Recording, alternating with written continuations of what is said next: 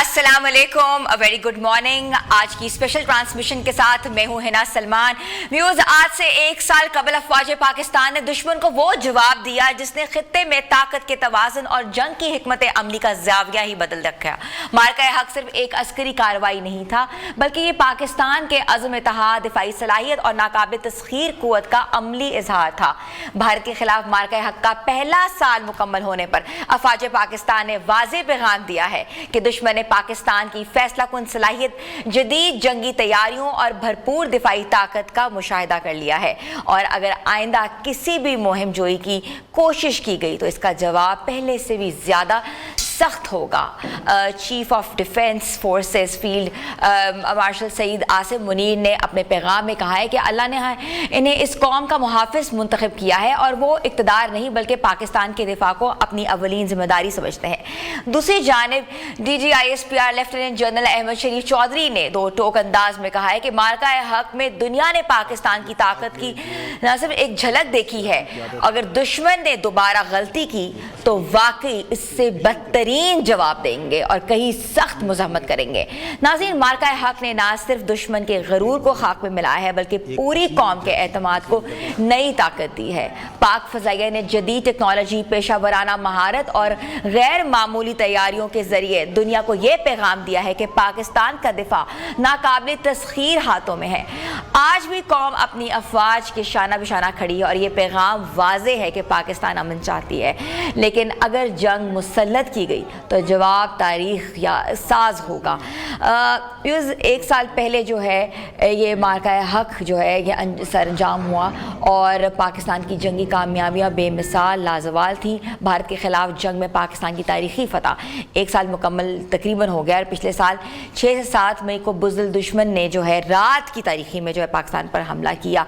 पाकिस्तान ने पहले तो 2 दिन रिटालिएट नहीं किया, मगर तीसरे दिन पाकिस्तान ने वो जवाब दिया, बाकी दुश्मन जो है अपने कहते हैं ना कि बिलों में वापस घुस गए। तो आज हम इस तमाम सूरत हाल पे बात करेंगे कि मार्का हक जो है पाकिस्तान की कितनी बड़ी पहचान है, इससे पूरी दुनिया में पाकिस्तान का क्या इमेज गया है, और इसके साथ साथ डिप्लोमेटिकली, स्ट्रैटेजिकली और सोशली पाकिस्तान ने किन किन मुल्कों को जो है अपना जो है एलाय बनाया है। हमारे साथ मौजूद है सीनियर तज्जियाकार नासिर बेग चुगताई साहब, जिनको मैं वेलकम करती हूँ। अस्सलाम वालेकुम सर। वालेकुम अस्सलाम सर, मैंने तो इतनी लंबी तमहीद बांधी आज। Good morning sir. आप मुझे बताएं कि मार्का हक का असल मकसद क्या है, पाकिस्तान की पहचान क्या और पाकिस्तान आज कहाँ खड़ा हुआ है? भाई, असल मकसद तो ये है कि आपसे हमारी मुलाकात बहुत दिनों से ऑन स्क्रीन नहीं हुई थी, तो वो हो जाए, वो हो गई आज। असल मकसद तो ये था। लेकिन मैं ऑन अ सीरियस नोट, इतनी बड़ी तकरीर की मुझे ज़रूरत नहीं है बताने के लिए। मैं सिर्फ बताना चाहता हूँ कि पाकिस्तानी अफवाज ने, एयरफोर्स है, पाकिस्तानी आर्मी है, Pakistani navy, don't forget Pakistan navy, इसके बारे में बात करूंगा आपसे बाद में। इन्होंने बहुत मुख्तसर वक्त में मल्टी डोमेन इंटीग्रेटेड कार्रवाई की जो आज तक दुनिया में कभी नहीं हुई। इसका मतलब ये है कि ऊपर सैटेलाइट था, नीचे एवॉक्स था, एवॉक्स के ऊपर फाइटर प्लेन थे, फाइटर्स के साथ डिजिटल जैमिंग के मास्टर प्लेन थे। उन्होंने जैमिंग किया, जैमिंग करके मफलूज किया पूरा सिस्टम, और फिर अटैक किया, और अटैक करके सेलेक्टेड जहाज़ों को मारा और बाकी को वार्निंग देके छोड़ दिया कि चले जाओ।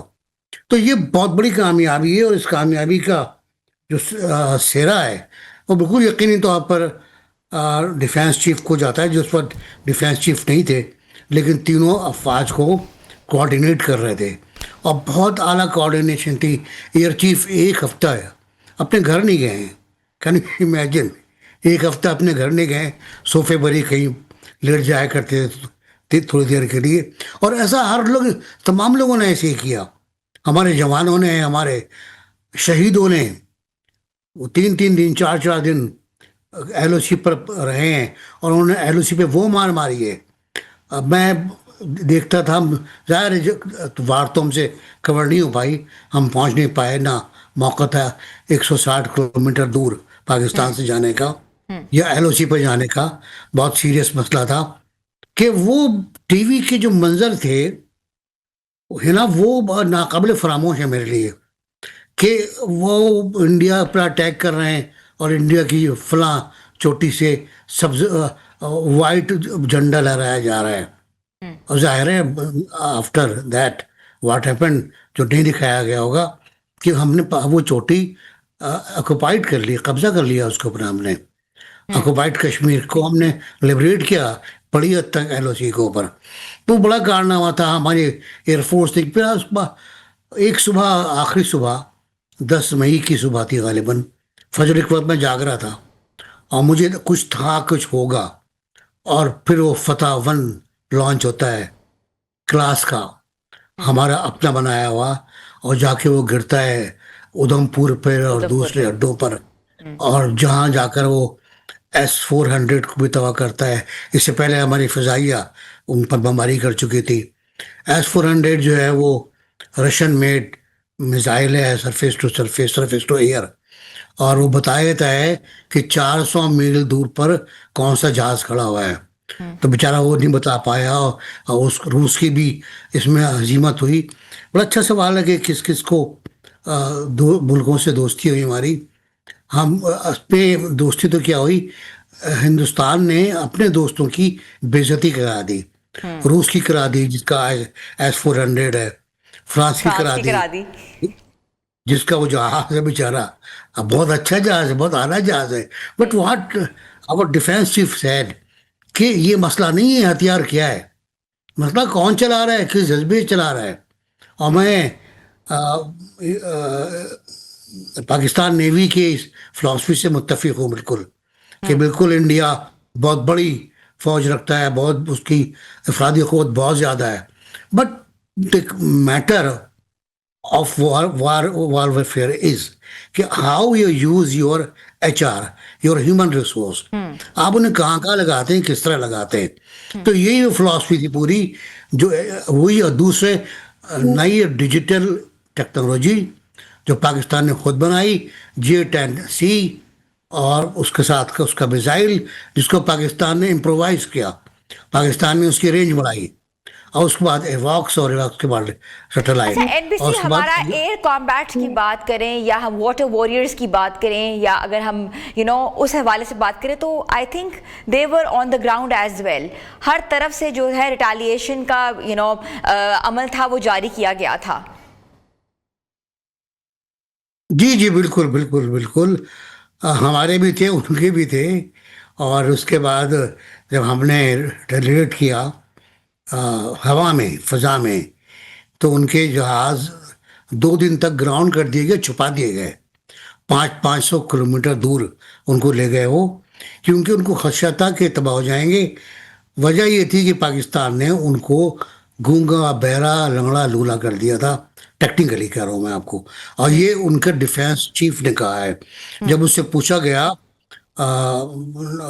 Not from Indian side, not from Pakistani side, from European side, कि क्या आप तस्लीम करते हैं कि इंडिया के जहाज़ गिराए पाकिस्तान ने। तो उन्होंने कहा मैं तस्लीम नहीं करता, मैं ये कहता हूँ कि ये देखिए वो गिरे क्यों। Is nonsense. जहाज गिरे हैं आपके, आप मुझसे पूछ रहे हैं क्यों गिरे, आप बताएं ना क्यों गिरे। आपकी नाअहली, आपके मेंटेनेंस, आपकी बुरी ट्रेनिंग, आपका बुरा IT, आपका बुरा डिजिटल सिस्टम, सब नहीं, इतनी बड़ी ताकत है आप, और आपके जहाज आज ट्रम्प ने एक अच्छी इस तरह इस्तेमाल की है कि तितलियों की तरह गिरने लगे ईरानी ड्रोन। तो मैं कहते तितलियों की तरह गिर रहे थे। एक इत्तला ये थी कि पाकिस्तान ने 10 जहाज़ों को ज़ीरो किया था, जिसमें से अच्छा, ये 4 भी को छोड़ दिया कॉन्ट्रडिक्शन गया। है कि उस 6 नील का तो हमने बहुत सुना, 6 and nil, IF versus PF। मगर ट्रम्प की जो स्टेटमेंट आई थी डोनाल्ड ट्रम्प की, वो कहते हैं कि मस्ट बी अराउंड 11। तो what is the exact statement, what is the exact number? Actually Pakistan की फोर्स का एक बड़ा अच्छा तरीक़ाकार है मेरा ख्याल है। हम जज्बाती लोग हैं, हम फ़ौरन नारा लगा देते हैं कि उनको जब तक उनके जो पायलट के पास इत्तला होती है पूरी कि उसने किल किया है, कि उसने मार दिया है, तो पहले आप देखें 4 की आई थी, फिर 5 की आई थी। 5 के बाद एक बुडोर साहब थे, वो क्या बता रहे थे कि मेरे पास 6 की इत्तला थी, लेकिन हमारी एयरफोर्स ने कहा यार 6 मत देना, हैं 6, लेकिन 5 की देना, क्योंकि हमने अभी तक वो मलबा ट्रेस नहीं किया है वो डेब्रिस छोटे नहीं मिला जहाज हमें। का। वो मिल जाएगा तो बता देंगे। तो अब 8 हो चुके हैं अब तक। इसका मतलब है पाकिस्तान ने 8 जहाज़ों के मलबे को तलाश कर लिया है। बाकी 3 जो ट्रंप साहब बता रहे हैं वो मिल जाएगा। और ट्रंप साहब की इंटेलिजेंस टीम के सैटेलाइट ने वो 11 तलाश कर लिए होंगे और उनको पता होगा कि 11 है। 11 beautiful plane were down in Pak India war, ये जुमला है ट्रंप साहब का। और ये कई बार कह चुके हैं। वो कल भी कहा उन्होंने। और कल फिर ट्रिब्यूट तो इतना पेश किया उन्होंने फील्ड मार्शल को, प्राइम मिनिस्टर को, कहते इंडियंस जो हैं अब तब गए और उन्होंने कान बंद कर लिए अपने। कल फिर कहा उन्होंने।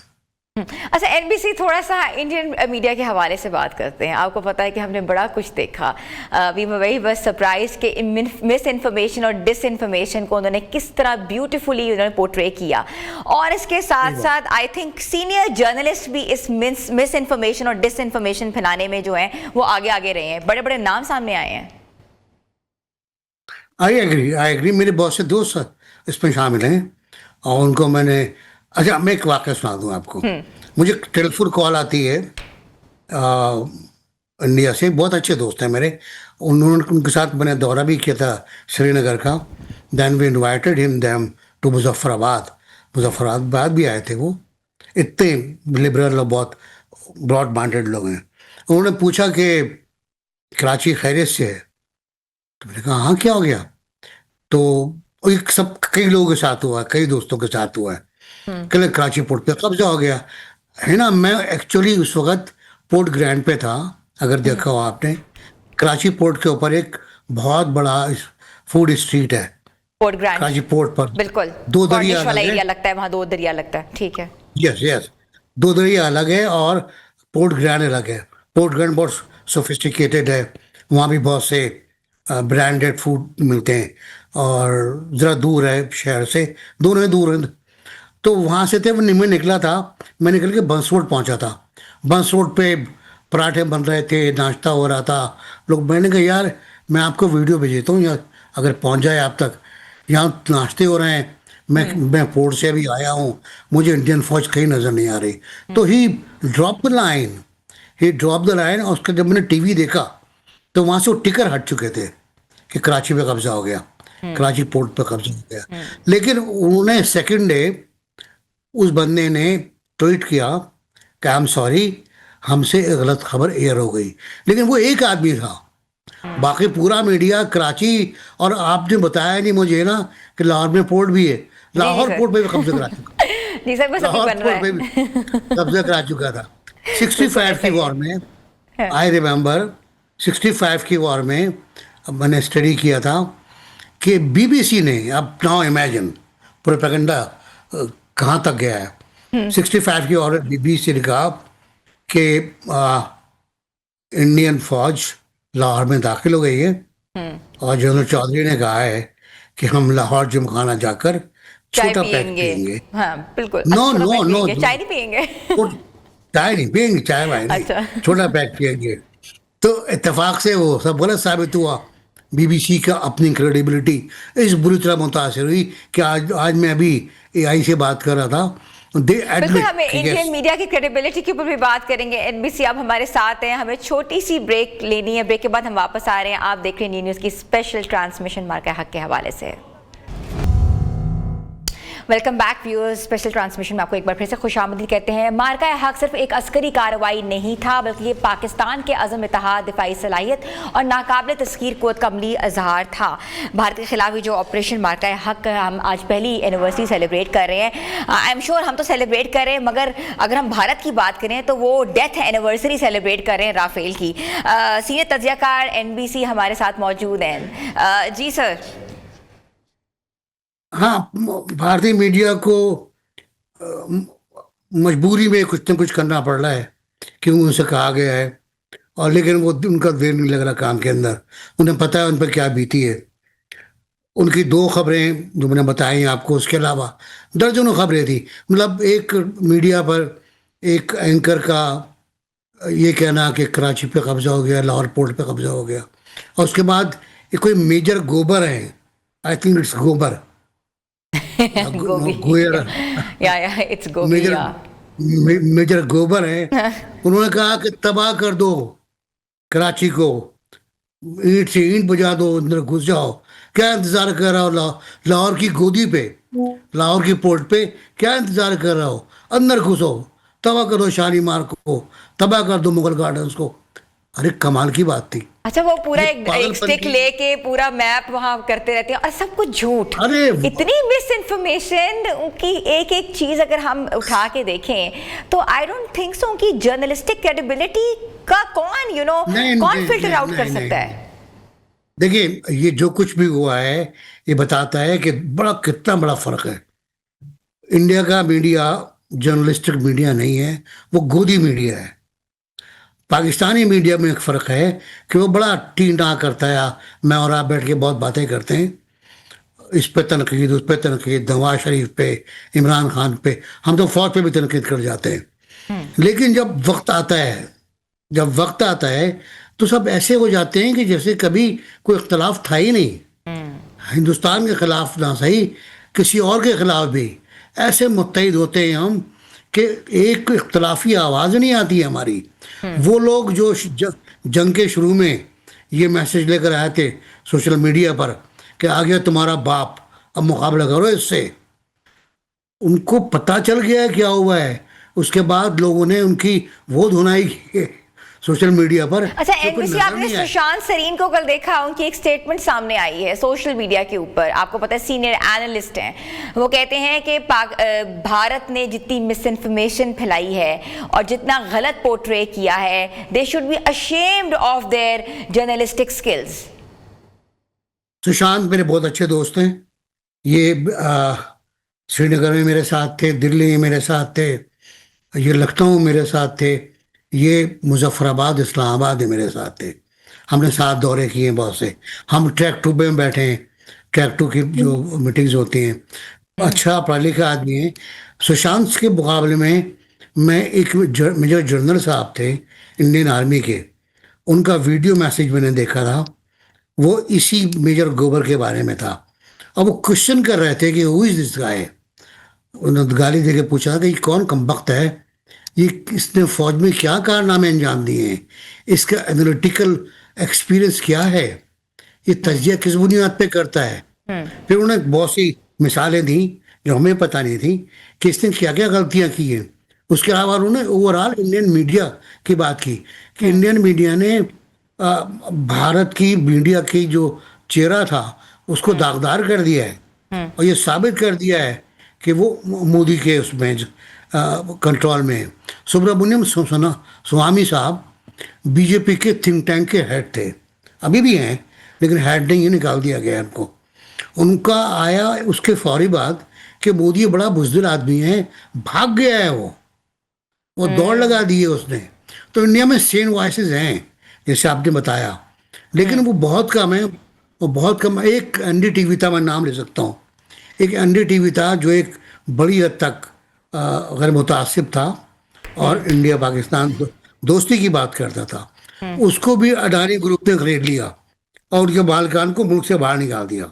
अच्छा, तो अब वो भी उसी रंग में रंग गया है, जो रंग सबका है, केसरी रंग है सबका, उस पे रंग गया है। हमारे यहाँ सूरत हाल ये थी कि हमने ये तय किया था कि हमारी जो खबर होगी वो हमें पहला मौका हुआ है कि फौज ने हमें खबर दी है, पाकिस्तानी मीडिया को, बाहर खबर नहीं दी, और बाहर के मीडिया ने हमसे खबर ली है। इस वजह से डिसइंफॉर्मेशन नहीं हो पाई और इंडियन मीडिया को इंडियन आर्मी ने खबर दी। अब मैं नाम ले सकता हूँ कर्नल सूफिया कुरैशी का, वो फीड करती थी वहां से बैठ के कि कब्जा हो गया, 40 टैंक मार दिए। टैंक तो लड़ाई में आए नहीं, टैंकों की तो लड़ाई हुई नहीं, टैंकों की तो लड़ाई हुई लड़ाई तो हुई नहीं, आर्टिलरी की लड़ाई हुई आपकी हमारी। इन्फेंट्री फोर्स थोड़ी लड़ी थी, वो तो एयर कॉम्बैट्स थे। बिल्कुल, हाँ, एयर कॉम्बैट थे या लॉन्ग रेंज मिसाइल्स थे हमारे। हमारा फतह था, उनका अच्छा, बरामद ये था। तो हमने इंडियन मीडिया के ऊपर बात की है। एनबीसी थोड़ा सा मुझे बताएं कि पाकिस्तान ने जो है, पाकिस्तान की साइबर फोर्स ने जो है, आपको पता है, जो लॉन्च किया एक ऑफेंसिव टारगेटिंग, खास तौर पे अगर हम बात करते हैं तो इंडियन के पावर ग्रिड्स को उन्होंने वो किया। उसके बाद ट्रांसपोर्टेशन इंफ्रास्ट्रक्चर को जो है हमने बिल्कुल कॉम्बैट किया। तो इस हवाले से क्या आप कहेंगे? वो कल जनरल साहब ने कहा ना, हमारे बच्चे हैं, वाकई बच्चे हैं वो, लेकिन उस्तादों से आगे बढ़ गए। उन्होंने कमाल ये किया कि हर कम्युनिकेशन जाम कर दिया इंडिया का, एवरी कम्युनिकेशन। और ये मुमकिन नहीं होता इतने बड़े मुल्क में, जिसका जोग्राफिया यहाँ से वहां तक और वहां से यहाँ तक हो, उसमें कम्युनिकेशन जैम करना, जिसमें आर्मी का भी था और सिविल का भी था। सिविल कम्युनिकेशन जैम करने से हैक कर लें, जो कह रहे हैं हैक कर लिया, उससे वहाँ की लाइट चली गई। वहाँ की लाइट चली गई, इंडियन प्लेन ग्राउंड कर दिए गए, इंडिया में सन्नाटा छा गया और पाकिस्तान के ड्रोन दिल्ली पे परवाजें करने लगे। प्राइम मिनिस्टर हाउस के ऊपर से गुजर गए, कैसे हो मोदी साहब, हेलो हेलो हाय करते हुए। प्रेसिडेंट हाउस के ऊपर से गुजर गए, पार्लियामेंट के ऊपर से गुजर गए। ये लोगों ने वहाँ देखा है। और ये मुझे, ये नहीं कि मैं कोई ज़्यादा बढ़ा रहा हूँ इसको, मुझे दोस्तों ने बताया वहाँ पर कि तुम लोग क्या कर रहे हो ये। बाद में उन्होंने कहा मुझसे कि तुम लोगों ने क्या किया ये, कि तुम्हारे तो ड्रोन यहाँ घूम रहे थे। मैंने कहा हम ऐसे ही खेलते हैं भाई साहब, हमसे खिलवाड़ मत किया करो। तो कमाल की बात थी। और दूसरी कमाल की बात ये थी कि फाइटर्स को इंफॉर्मेशन देना, फाइटर्स को इंफॉर्मेशन देना, ये कौन कहाँ खड़ा हुआ है, 150 किलोमीटर पर है, 160, beyond your visuals, beyond your eyesight, आपकी आंखों से ओझल है, 160 किलोमीटर में खड़ा हुआ है, इसको मारना एंगल ही है। ये भी आईटी का कमाल था, हमारी सैटेलाइट आईटी वॉक्स और सब में इकट्ठा था ये। तो इसी को हम कहते हैं कि ये तारीख का पहला मार्का है, मार्का है हक।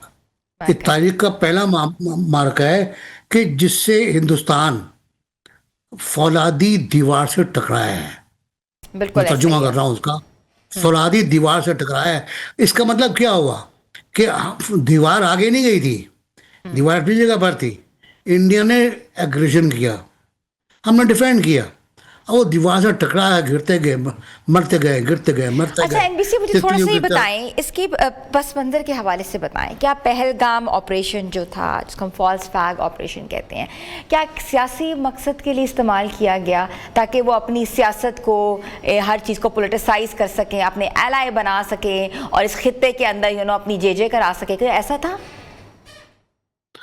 पुलवामा और दिल्ली की पार्लियामेंट पे अटैक और पहलगाम, पहलगाम पे तो इंडियन भी कहते हैं कि क्या फ्रॉड हुआ हमारे साथ, कि 4 आदमी आए वो सबको मार के चले गए। कल भी मैं किसी को सुन रहा था कि ये क्या हुआ, तहकीकात क्या है। पाकिस्तान ने बहुत अच्छे कार्ड्स खेले अपने।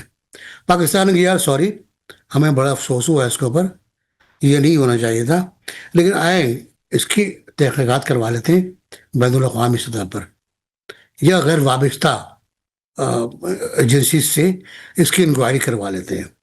आज तक उसका जवाब नहीं आया। और पाकिस्तान का यही पॉइंट ऑफ व्यू पूरे यूरोप में गया, जो हमारी टीमें गई, बहुत ज़बरदस्त काम किया हमारी टीमों ने, और यही अमेरिका में गया, यही बरतानिया में गया, यही ऑस्ट्रेलिया में गया, यही गल्फ में गया, और सब ने एक्सेप्ट किया कि आपका ये पॉइंट बिल्कुल दुरुस्त है कि गैर वाबस्ता इंटेलिजेंस से इसकी इंक्वायरी करा ली जाए। क्योंकि देखिए ना, वाकया होता है 2 बज के 10 मिनट। इंटरनेशनल इंक्वायरी के अंदर भी वो सामने नहीं आ रहे, उनके पास कोई फैक्ट्स एंड फिगर्स नहीं है, कोई प्रूफ नहीं है। उन्होंने मना कर दिया ना, उन्होंने मना कर दिया कि हम ये खुद करेंगे। पाकिस्तान भी शामिल नहीं होगा इसके अंदर, ये हम खुद करेंगे।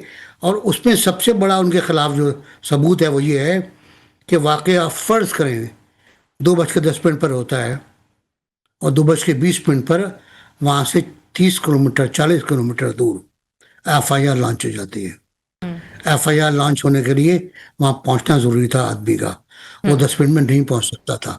वो 12 मिनट पे नहीं पहुंच सकता था। फिर गवाह कहाँ हैं, फिर उन लोगों की तस्वीरें कहाँ हैं जो वहां मारे गए। आप देखें ना, कल तो पूरा सो ड्रामा होता कॉल्ड ना ये टेररिस्ट की मीडिया। तस्वीरें कहाँ हैं, या इस ऑपरेशन के ऊपर कोई ना कोई तो कोई फुटेजेस आ सकती हाँ, थी, you know, obviously it was a public बिल्कुल place, there was no I public place, witness. Picnic spot था, सब कुछ था। लेकिन वो तस्वीरें कहाँ हैं, एक औरत को लेके बैठे हुए हैं वो 2 साल से, और उसी को पीटे जा रहे हैं। मैं रोती, वो बहुत ड्रामा है। रोने लगती है फौरन ही, और बताती है ये हुआ ये हुआ। बाकी बेवाएं कहाँ हैं, अच्छा, बाकी वैसे माएँ मजे की कहाँ हैं। बात ये है कि ये सारा कुछ हम जो डिस्कस कर रहे हैं, कहा यह जाता है कि ये जो बॉलीवुड के जो सीन्स होते हैं, वो चाहते हैं कि अपनी रियलिटी के अंदर भी वो बॉलीवुड का जो मंजर है वो पेश करें। फिल्म की कहानी और रियलिटी की कहानी में असल तो होता है ना, कहते हैं कि real life and the real life. हमारी कमजोरी यही है ना कि हमने फिल्में नहीं बनाई। लेकिन अब मेरी इत्तला के मुताबिक एक फिल्म बन रही है ऐसी, और बहुत अच्छी हमारी राइटर है, वो उसको लिख रही हैं। तो लेकिन हमने, लेकिन वो झूठ पे फिल्म बनाते हैं, वो सोच के क्या क्या सोचना है, क्या करना है। अच्छा, ये अमेरिका में भी हुआ है, अमेरिका में भी हुआ है ये, कि चले लियारी पे बना देते हैं फिल्म, धुरंधर या जो भी है। उनको तो ये पता ही नहीं लियारी क्या है, उनको पता नहीं लियारी का डायनेमिक्स क्या है, उनको पता ही नहीं लियारी में बीबी रावा और किस किस की तस्वीरें होती हैं। उनको वहाँ की लैंग्वेज का पता नहीं, वो लियारी में जाके आधा वो तस्लीमात कर रहे हैं। उनको खक पता नहीं होता, वो बस उनको लिखना होता है। कारगिल है, एलओसी है, कितनी फिल्में हैं ऐसी जो ख्याल और ख्वाब पर मबनी होती हैं, कि आपको क्योंकि लिखना है। और उसका पर डिफेंड करते हैं जावेद अख्तर साहब।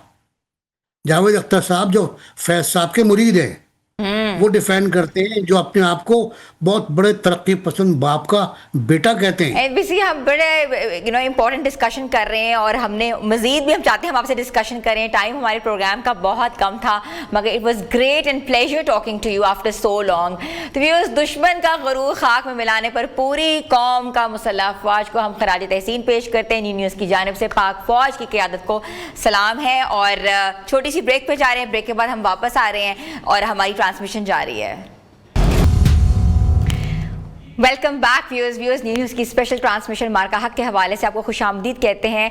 अच्छा, हम बात कर रहे थे कि भारत की जारियत के हवाले से जो है फॉल्स फ्लैग ऑपरेशन उन्होंने किया, उसके बाद इतना गंदा प्रोपेगेंडा किया, और प्रोपेगेंडा के बाद वो बेइज्जत हुए बुरे तरीके से।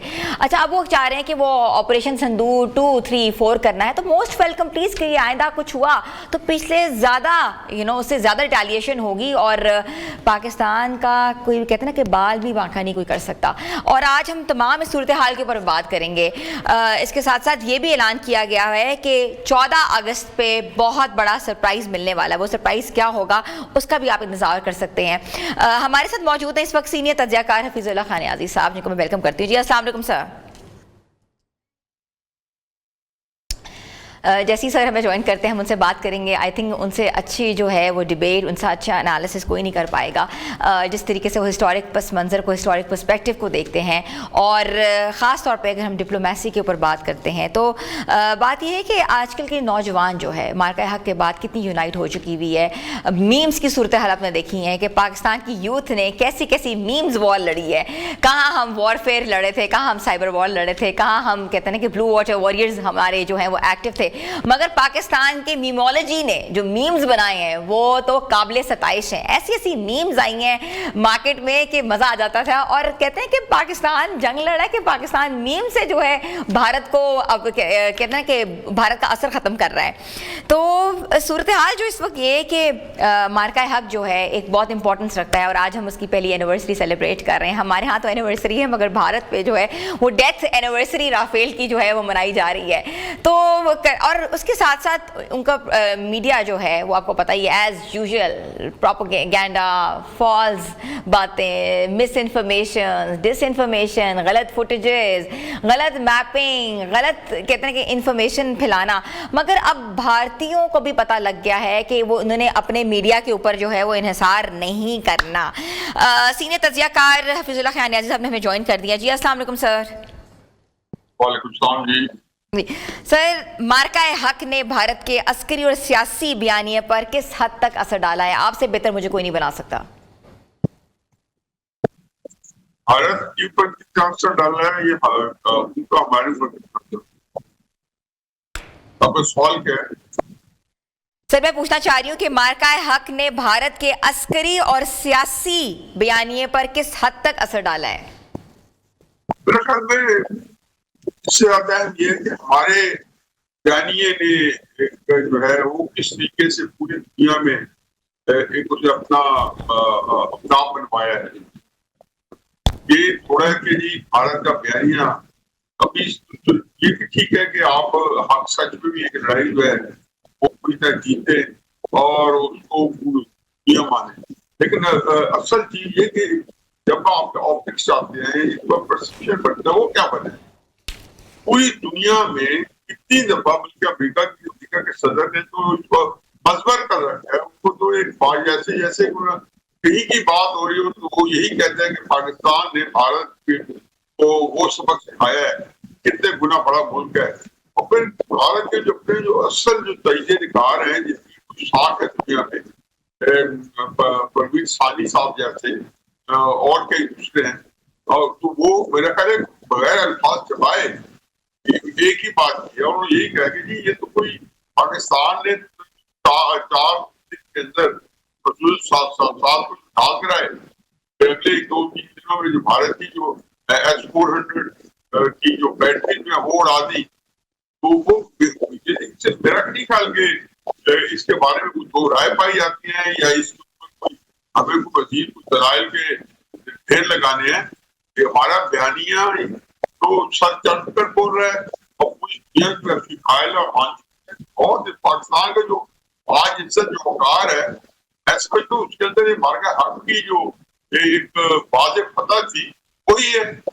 वो दिन याद करें, उससे पहले देखें पाकिस्तानी कौम ज़हनी तौर पे इतनी भारत से मरूब थी और जिस तरीके से हम उसके आगे जो है हमारे जहनों में चाहे वो था कि शायद भारत हमें हर जगह पिछाड़ चुका है, तालीम के मैदान में भी, मईशत के मैदान में भी, और वो बड़ी चांद में बंदे भेज रहा था और हम अपने आप को बड़े एहसास कब्जी का मुखला थे। तो जो उनका हुआ पहलगाम का वाक्य हुआ तो नहीं होना चाहिए था, लेकिन पाकिस्तान की जो पहलगाम है वो बहुत बड़ा एक पाकिस्तान को काम देने की है।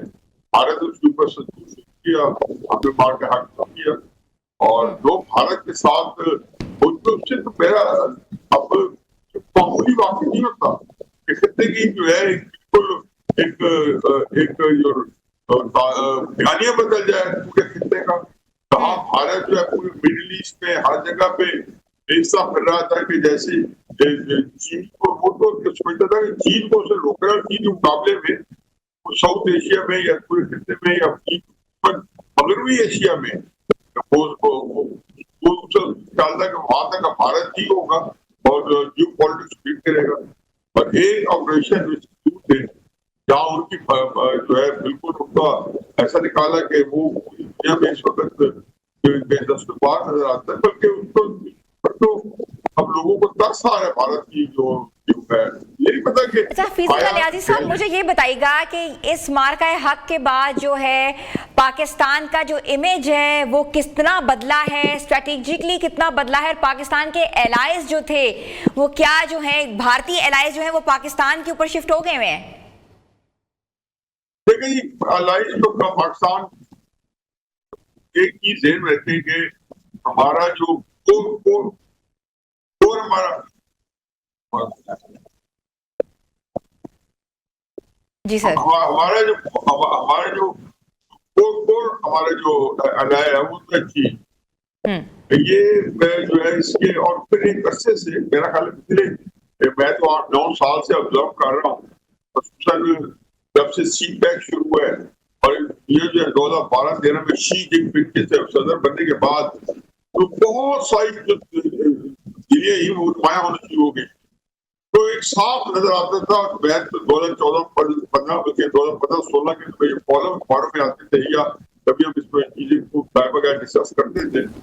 मैं हमेशा कहता था कि इस वक्त चीन रूस, पाकिस्तान, तुर्की, ईरान जो है एक ब्लॉक बन रहा है। ये और सीपैक हमेशा, मैं कभी भी इसको इकोनॉमिक कॉरिडोर नहीं कहता था, मैं ये कहता था ये स्ट्रेटेजिक कॉरिडोर है। और हमेशा जेल में देखें कि ये कोई चीन के पास कोई चॉइस नहीं है, या पाकिस्तान के पास चॉइस नहीं है। इत्तेफाक है कि हालात का जबर है कि चीन और हम जो है वो एक दूसरे के लिए एक लाइफ लाइन है। यानी अगर बस तस्वर करें कि पाकिस्तान जो है वो ये इसके ऊपर अमरीकी गलबा हो जाता है, वो अपना कंट्रोल संभाल लेता है। भारत जो है वो हमें किसी भी तरीके से अल्लाह ना करता कि हमें जो है शिकस्त दे देता, हमारे ऊपर उसका एक कोई ना कोई असर हो जाता, तो चीन जो है वो बहुत चीन बिल्कुल ब्लॉक हो जाता। चीन जो है इस तरफ से तीन बड़ी स्टेट से जुड़ेगी, एक मालाका, एक हरबस और एक बाबा मंदी। तो ये इसी ग्वादर पे इसी समुद्र में आने के लिए रूस अमेरिका ने 80s के अंदर एक पूरा मैदान एक जंग गर्म किया अफगानिस्तान के अंदर। अब वही चीज थी कि चुनाचे हमारा एक कोर जो है हमारा उनका चीन का, वो तो कभी आप समझे कि उसके ऊपर तो कहते हैं ना कि वो पहाड़ों से बुलंद और गहरा और आयरन ब्रदर सारी चीजें इस राज्य अब भी आप देख रहे होंगे कि चीन का भारत में जब ऐसे हो रही है तो साथ वहां की हुई, वहां के जो दिफाई तैयारी निकाल रहे हैं हमारे हैं कि चीन अपना 6th जनरेशन, 5th नहीं 6th जनरेशन एयरक्राफ्ट उन्होंने F-35 को ज्यादा अपने F-35 को ही करके वो पाकिस्तान के पायलट को ट्रेनिंग ले चुके हैं, और अगस्त तक पाकिस्तान में तो जो है अपने के सवाल में आने से पहले हमें देगा। ये क्या होता है, ये कब देते हैं? जैसे अमेरिका इसराइल को देता है, चीन पाकिस्तान का चीज वैसे तल्लक है, तो ये तो तल्लक काय था। बाकी कुछ चीजें ऐसी होती हैं कि जिसमें पाकिस्तान जो है बड़ा कमजोर था, उसको हमेशा स्टैंड लेना पड़ता था, थोड़ा सा पीछे हटना पड़ता था। लेकिन आज उस जो है जो हमारे जो इत्तेहाद है उसको सुधर भी आ चुका है, बिल्कुल उसने अबूर हासिल किया है। अच्छा हफीजुर रजा, ये भी मुझे बताइएगा कि आपने कल जी DGISPR की कल आपने कॉन्फ्रेंस सुनी है, लेफ्टिनेंट जनरल अहमद शरीफ चौधरी की प्रेस कॉन्फ्रेंस में जो उन्होंने कहा है कि पाक फजाइया फ्यूचर फोकस्ड एयरफोर्स है, दुनिया मार्का हक में जो कुछ हुआ है वो 10% था। जो मेरे ख्याल है बिल्कुल सही फरमाया है कि जो जंग लड़ी गई है, जो ईरान जंग लड़ रहा है जो इसराइल अमेरिका के खिलाफ, एग्जैक्टली वो उसी का जिसका जो हमने ट्रेलर दिया था भारत के खिलाफ, वो इस्तेमाल हो रहा है कि जो ये 20th सेंचुरी जंग नहीं है जो भारत जब लड़ना चाहता था हमारे साथ, जिसके अंदर हमारा पाकिस्तान ने जितना कमाया था, जिसमें कई दफा भारत को हमने उसमें भी नीचे दिखाया था। 21st सेंचुरी की वॉर को सिवाय चीन के और किसी अदर को कंप्लीट नहीं कर पाया।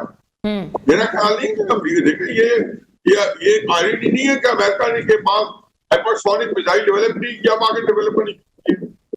चीन जो है 10 साल से जब कर हाइपरसोनिक मिसाइल, जो चीन जो है वो ये इसमें बहुत डिटेल हम उसमें नहीं जाते, लेकिन ये जो जंग है ये उस जंग के अंदर बहुत सारी चीजें आपकी इस्तेमाल ही नहीं होती। आप एयरफोर्स की जो है ना फर्ज के जहाजों से बॉम्बिंग कर सकते हैं जाके, जैसे ईरान में हो रही है, पाकिस्तान में वो भी नहीं हो सकेगी। लेकिन ये जंग जो है इसके लिए नहीं लड़ी जाएगी ना, ये जमीनी फोर्सेज जो है ग्राउंड जो है उस चीज पे इफेक्ट होगी। ये अब सारी की सारी जो है इंफॉर्मेशन टेक्नोलॉजी की है, इंफॉर्मेशन सिस्टम की है, ये मुकाबला बेटू सिस्टम का मुकाबला GPS का, ये जो जंग कर रहे हैं ऊपर डिपेंड है। मतलब आपके जो जगह है वो सारी चीज क्या खबरें आई अभी भी जंग ऊपर से कहीं गाइड जो जाते हैं क्या बियॉन्ड विजुअल रेंज जो आपने मारे। कल भी उन्होंने यही फरमाया, बहुत मतलब प्रेस कॉन्फ्रेंस करनी चाहिए थी कल, हम सारा उनको पेश ना करना। हर साल ये दिन मनाया जाना जाएगा हमारे यहाँ, और जो हमने मारे तो क्या कहा, नेवल चीफ ने हेड ने कहा था कल बात हमारे रेंज में बहुत सारे भारतीय जहाज थे। आज आसिफ साहब सोचते थे कह गए कि हम 60-70 गिरा सकते थे हवा के, बिल्कुल ठीक है। जी जी जी, ये हमें नहीं साहब इस पे बात करेंगे, हमें छोटी सी ब्रेक पे जाना है, ब्रेक के बाद हम वापस आ रहे हैं, यहीं से अपने गुफ्तगू का सिलसिला आगे बढ़ा रहे हैं। तो वो छोटी सी ब्रेक पे जा रहे हैं, आप लोग हमारे साथ रहें। मार्का हक की स्पेशल ट्रांसमिशन के हवाले से आपको खुशामदीद कहते हैं। व्यूअर्स, नायब वज़ीर आज़म इसहाक़ डार मार्का हक में दुनिया को बताया है कि खुद मुख्तारी पर कोई समझौता नहीं करेंगे। जब कौम यकजहती हो जाती है या यकजा हो जाती है तो कोई ताकत जो है उनको मुतज़लज़ल नहीं कर सकती। भारत से जंग में कौम का इत्तेहाद सबसे बड़ी ताकत है। इस हवाले से हम बात करें और हमारे साथ मौजूद हैं हफीज़ुल्लाह खान नियाज़ी साहब, सीनियर तज्ज़ियाकार। जी सर, अस्सलाम वालेकुम। जी सर, हम बात कर रहे थे अभी के जो कल की प्रेस कॉन्फ्रेंस हुई है ISPR ने जो कहा है, और कि ये पाकिस्तान ने जो दिखाया है वो 10% भी नहीं है। पाकिस्तान बड़े सरप्राइज की बात कर रहा है, 14 अगस्त के हवाले से बड़ी परेड के साथ साथ भारत को बड़ा सरप्राइज देगा, क्या कहेंगे? बिल्कुल सही कह रहे हैं, लेकिन इस बावजूद मैं तौर पर मिल रहा है कि मिलिट्री दिखानी चाहिए। बड़े लोग फाइल के बजाय बहुत बढ़कर नहीं, ऐसा ज्यादा भी उन्होंने कोई अग्रेसिव बातें नहीं की, लेकिन इससे थोड़ा सा कम ही किया जा सकता था जितना था। और बाकी जो कहते हैं ना, action speaks louder than words, तो हमने करके दिखा दी है। और ये बात भारत के सामने है, जो सामने पता चला है कि जी जो राफेल वगैरह जो एस तैयार है, जो मोदी साहब कहा करते थे कि ये राफेल मेरे पास आ गए 2016 में या 17 में तकरीरें करते थे, नहीं बल्कि वो जब इससे पहले जो वाकया 2019 के अंदर मार्च में जब हुआ था, जो जिन्होंने हमारे पर अटैक किया था, तब भी हमने इनका एक जहाज गिराया था, इनका पायलट हमने गिरफ्तार कर लिया था। ये 2019 की बात है। तो तब मोदी साहब तकरीर करते थे कि जी हमारे पास राफेल आ जाए, फिर देखे राफेल खरीदने दो। तो जब राफेल आ गया तारे, तो राफेल तारे के बाद आपने देख लिया कि कल उन्होंने बड़े मुस्ताद अंदाज में बताया था कि 3 राफेल गिराए और इतने फ्लापना गिराए, 5-6 जहाजों को उन्होंने पूरा डेटा दिया जो गिराए। तो इसलिए हमें भी एहतियातन बढ़ करनी चाहिए। अब ये साबित हो चुका है कि असल में दुनिया में जंग वो जीतेगा जिसकी टेक्नोलॉजी बेहतर, सीएन बेहतर, जिसकी गाइडेंस बेहतर। और ये एक तो पुरानी कहानी है, अमेरिका ने स्टार वार प्रोग्राम शुरू किया था रेगन के आखिरी जमाने में 1986-87 से, और कहा था जंग आसमान से चली जाएगी, लेकिन वो तो खास का रिकॉर्ड उनकी शुरू हो गया और फिर जमीन में फिर आ गया। वही कन्वेंशनल तरीके से उन्होंने तैयारी की हुई है और वही उनके पास इंटरसेप्टर है, उन्हीं को इम्प्रूव किया, टॉप हाउस है, मिसाइल है और उनके पास बॉम्बर है। लेकिन असल चीज ये कि जो चाइना ने के पास है किसी को मालूम नहीं है। कि मैं तो समझता हूँ कि अगर मान ही लिया जाए कि जो फॉल्स फ्लैग ऑपरेशन ही था मोदी का, तो फिर मेरे ज़हन में हमेशा आता है कि ये इजराइल का ऑपरेशन था और इंडिया के अंदर ये बातें छपी हैं और वो सिर्फ ये चेक करना चाहते थे इजरायली या अमेरिकन के जी पाकिस्तान के थ्रू के चाइना की टेक्नोलॉजी कहाँ खड़ी है। तो हमें बड़े खुले दिल से करना चाहिए कि चाइनीज टेक्नोलॉजी जो है वो वेस्टर्न टेक्नोलॉजी जिसमें अमेरिका और उसके जितने इत्तेहादी पुराने शामिल थे सारे, उनको माफ कर गई है। क्योंकि वहां पे पिछले 40 साल से बैठा है, 80 से बैठा है इंडिया के अंदर, और उसकी बहुत सारी चीजों को मतलब ड्रोन जो इंडस्ट्री है वो सारी इजरायली वहां रन कर रहे हैं, रिडायरेक्ट कर रहे हैं। क्योंकि अभी भी ये डायरेक्ट कल रात मैंने किसी प्रोग्राम में बैठे हुए अर्ज किया था कि ये इसी में चैनल पे कि मुझे खतरा ये है कि अब भारत जो अटैक करेगा उसके अपने से ज्यादा उसे इसराइल ये अटैक करवाएगा। ये एक और वो है कि पाकिस्तान को नाम नहीं लेते, लेकिन जिधर वो जा रहे हैं उधर वो पाकिस्तान को एंगेज करना चाहते हैं। और वहां पे उन्होंने एक स्टेटमेंट दिया अभी भारत में कि अगली जो जंग होगी पाकिस्तान से, ये इसी संदूर के मौके पे कल ये परसों स्टेटमेंट आया, बड़ा रिलीज स्टेटमेंट है, मेरा नाम किसने ये दिया है, वो नाम मेरे किसी उनके जर्नैल ने दिया है कि हम जो है फुल फ्लैग गौर करेंगे। उससे इसमें बड़ी चीज इतना होती है कि इसमें अंदर मत भूलें कि पाकिस्तान और भारत दोनों न्यूक्लियर पावर्स हैं। जब कहते हैं कि हम हर इंतहा तक जाएंगे तो मतलब यह है कि आप इनकॉर्पोरेट कर रहे हैं अपने न्यूक्लियर। अल्लाह ना करे कि इससे हो जाए कि जब ये रिवाज आ जाए 1945 का, जिसमें अमेरिका ने एक जो वहाँ पे नागासाकी और हिरोशिमा बॉम्ब गिराए थे।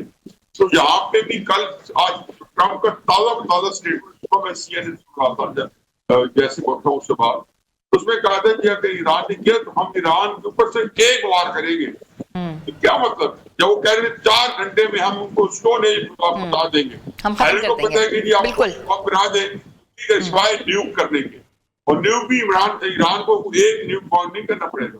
ईरान के ऊपर अल्लाह ना करे ऐसी सूरत हाल दर्जनों 20 को न्यूक बॉम्ब गिराने पड़ेंगे, तभी आपको कहता है ना कि हम क्या होता है कि जमीन के ऊपर से मिटाने का मतलब सर आप क्यों की करेंगे। ये एग्जैक्टली में भारत से खतरा पड़ गया है कि कहीं पे। अच्छा न्याय साहब, एक सवाल मैं आपसे यहाँ पूछना चाहती हूँ, आप क्योंकि ऑब्वियसली यू हिस्टोरियन हैं, आप इसके पस मंजर के हवाले से ज़्यादा बेहतर मुझे जवाब दे सकते हैं। ये कहा जा रहा है कि ये हिस्ट्री ऑफ कॉम्बैट के अंदर जो है ये पहली बार ऐसा हुआ है कि इंडियन फोर्स को डिग्रेड किया गया है, जहाँ किलर ड्रोन्स इस्तेमाल किए जा रहे थे, हाइपरसोनिक मिसाइल्स इस्तेमाल किए जा रहे थे और S-400 को न्यूट्रलाइज बनाया गया। तो क्या ये बात की दुरुस्त है?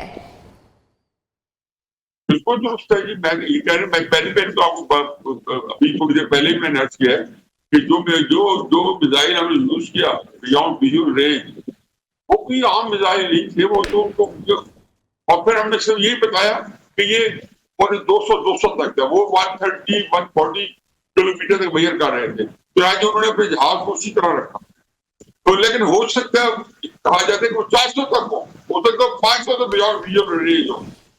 तो अभी दुनिया ने यानी कि रैफेल वगैरह ने वो 130-140 का जो थ्रेशोल्ड है वो क्रॉस किया, उसको मुताबिक अपनी प्लानिंग की थी, और हमने उसको जाके 200 पे जाके 250 पे या 150 पे जाके मारा।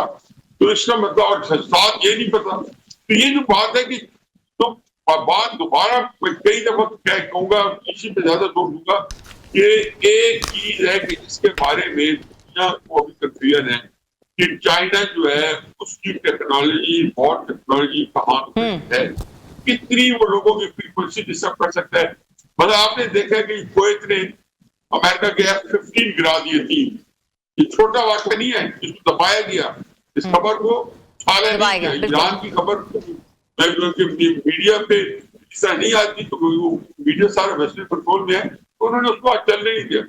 तो वो कहते हैं कि उसकी फ्रीक्वेंसीज जो है उसको मैनिपुलेट किया गया।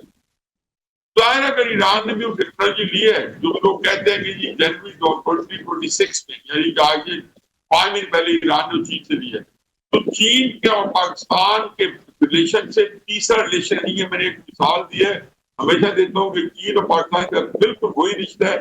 ये बात मैं 2016 में अपने प्रोग्राम कार्ड भी कहता था, अब भी कह रहा हूँ, ये कहता रहूंगा कि चीन और पाकिस्तान का वही रिश्ता है कि जो इजराइल और अमेरिका है। अमेरिका की जो पहली प्रेफरेंस अपने से ज्यादा तरजीह है वो जो है वो बिल्कुल ऐसा ही है। हफीजुल्लाह खान नियाज़ी साहब, आपका बहुत बहुत शुक्रिया हमारे साथ मौजूद है सीनियर तज्ज़ियाकार हफीजुल्लाह खान नियाज़ी साहब। बहुत ज़बरदस्त हिस्टोरिक पर्सपेक्टिव में उन्होंने बातें बताई हैं और बताया है कि किस तरीके से पाकिस्तान ने जो है अपना इमेज जो है वो पूरी दुनिया में ना पाकिस्तान का नाम जो है वो तो छा ही गया है, मगर इमेज भी कैसा सॉफ्ट जो है वो सामने आया है। छोटी सी ब्रेक पर जा रहे हैं, ब्रेक के बाद हम वापस आ रहे हैं, आप लोग हमारे साथ। वेलकम बैक व्यूअर्स, आपको मिलवाते हैं ऐसे बासलाहियत नौजवान से जिसने अपनी क्लासिकल आवाज़ के साथ साथ खूबसूरत आवाज़ के साथ साथ अपनी सलाहियतों का लोहा मनवाया है और ख़ास तौर पे एक यंग जनरेशन को पैगाम दिया है कि हम यकजा हैं, हमारे अंदर आज भी पेट्रियट पर उम्मीद की किरनी छोड़नी चाहिए, क्योंकि हम हमेशा अपनी यूथ के ऊपर इन्हिसार कर रहे हैं। पाकिस्तान में 60 से 70% जो इस वक्त यूथ है, और यूथ में से ऐसा एक नौजवान बच्चा निकला है जिसने मार्का हक गाकर जो है पूरी पाकिस्तान की नौजवान नस्ल को एक नया पैगाम दिया है। तो मैं आपको मिलवाना चाह रही हूँ AR नासिर से। अस्सलाम वालेकुम। कैसे हैं आप? अल्हम्दुलिल्लाह, थैंक यू। अच्छा Nasir, should I call you Nasir? Is okay? It's okay. Nasir, मुझे ये बताइएगा कि क्लासिकल मौसीकी, उसके बाद आपने ऑल पाकिस्तान म्यूजिक कॉन्फ्रेंसेस भी जीती हुई हैं और आपने वहाँ भी गाया हुआ, परफॉर्म भी किया हुआ है, हर तरह का जॉनर आप गा लेते हैं, मगर मार्का हक गाने के पीछे क्या एक आपकी थॉट थी? एक रैंडम इवनिंग में मैं बैठा हुआ था और इमरान भाई के हैं, बहुत अच्छे म्यूज़िक कंपोज़र भी हैं और मेरे दोस्त भी हैं। उन्होंने कहा कि आपकी क्लासिकल रेंज में तो काफ़ी गाने गा लिए, काफ़ी गज़लें गा ली, लेकिन अभी on the first commemoration of Marka Haq we shall drop some banger. तो उस लिहाज से मैंने सोचा दैट हम बाकी तो एज एन आर्टिस्ट हम डिफरेंट जगहों पर परफॉर्म करते हैं, लेकिन वतन को खराज तहसीन पेश करना एक हमारे ईमान का भी एक हिस्सा है। और जिस तरह से डेटरेंस के साथ पाकिस्तान आर्मी ने जो है वो दुश्मन को पैगाम दिया, तो the history it bears testament to the fact कि हमने जब भी इंडिया ने किसी ने भी हमें मैली आंख से देखा है तो पाकिस्तान ने भरपूर अंदाज में उसका जवाब दिया। बिल्कुल। तो यू थॉट कि यू शुड उस लिहाज से मैंने अपना इसको tribute to the all the armed forces. Exactly, armed forces जिन्होंने बॉर्डर्स पे खड़ी हैं, जिन्होंने हमें all the time they are committed for our security and the home town, the home of all of us, and of course the sovereignty of the country as well. Exactly. अच्छा नासिर, मुझे बताइएगा कि ये जो आपने मार्का हक गाया है, ये कंपोज किसने किया, ये लिखा किसने, फिर कितना टाइम लगा आपको इसके सुर और आलाप मिलाते मिलाते और फिर प्रोड्यूस करते करते? जैसे मुझे ये आइडिया हुआ तो मैं अपने फादर के पास गया, क्योंकि उनको भी शौक है जो है वो तहरीर करते रहते हैं। उनको मैंने कहा कि काइंडली एक मुझे from the armed forces as well. Exactly. तो उन्होंने ये मुझे लिख के दिया। उसके बाद मैंने इसकी म्यूज़िक अरेंजमेंट की, इसका किस तरह से कहाँ पर करना है, कहाँ पर इसका स्टार्ट होगा, क्या लिरिक्स होंगे, किस तरह से उसको फिर अरेंज किया। और म्यूज़िक कंपोज़र इमरान अली थे, उनके पास मैं गया और इसको हमने विद इन 3 to 4 days हमने इसको कंपोज किया। तो this was the journey behind it, और बहुत लोगों ने पसंद किया। वाघा बॉर्डर पे परफॉर्म किया, आपने अटारी वाघा बॉर्डर पे भी गाया है इसको। बिल्कुल। तो it was very good feedback and मैं समझता हूँ कि करना चाहिए। Being a youth of this country, हमें we hold equally the responsibility of promoting the arts and promoting the fact that we love Pakistan, और हम इसी से हैं, ये हमसे है। बिल्कुल ऐसा ही है। अच्छा ये मुझे बताएं कि ठीक है आपने गाया, आपने कंपोज करवाया, उसके बाद यू सैंग इट, पर जर्नी जो है वो कब स्टार्ट हुआ? When did you think that कि I can sing and I can be a good singer? Exactly. 12th year है मेरा म्यूज़िक की फील्ड में। 12 साल पहले 2014 में मैंने ये डिस्कवर किया। 12 साल पहले? आप कितने साल के थे उस वक्त? आप कह लें कि मैं हार्डली 10 years का हूँगा। अच्छा जी। तो उस टाइम म्यूज़िक मेरे टीचर थे, जिस तरह आजकल स्कूल्स में आपको पता है कि म्यूज़िक की क्लास, म्यूजिकॉलॉजी क्लब्स भी हैं। बिल्कुल। तो उन्होंने ये चीज़ मुझे बताई कि यार आपका टेक्सचर जो है वॉइस का, that has it tick all the boxes, तो you need that has an aura, you need to get into the field. फिर मैंने क्लासिकल ट्रेनिंग की, ऑल पाकिस्तान कॉम्पिटिशन जीते। ओके, ऐसा ही है। ठीक है। अच्छा ए Nasir, I want you to sing this song for us because we really want to hear from you and it's a fantabulous production of yours. तो फिर मैं गाता हूँ। Very good, amazing amazing, literally hats off to you. इतनी ज़बरदस्त contribution है आपकी। कहते हैं ना कि छोटी छोटी कंट्रीब्यूशन जो होती है ना, वो वाकई आपको क्या पूरा मुल्क का वकार जो है वो बुलंद करती है। आपका बहुत बहुत शुक्रिया ए नासिर साहब। We have a very less time but we had a amazing time with you. तो व्यूअर्स, बात यह है कि पाकिस्तान का दिफा जो है हमारी अव्वलीन जिम्मेदारी है। हम तब भी तैयार थे, हम अब भी तैयार हैं। किसी को कोई शक है तो प्लीज़ आ जाए और मुँह की खा ले। और अभी ट्रेलर बाकी है। तो व्यूअर्स, पाकिस्तान जिंदाबाद, पाकिस्तान पाइंदाबाद। पाकिस्तान है तो हम हैं और हम सब हैं। तो इसी पैगाम के साथ जो है वो हम अपने प्रोग्राम को इख्तिताम पे जाते हैं। स्पेशल ट्रांसमिशन से अपनी होस्ट हिना सलमान को इजाज़त दें। अल्लाह हाफ़िज़।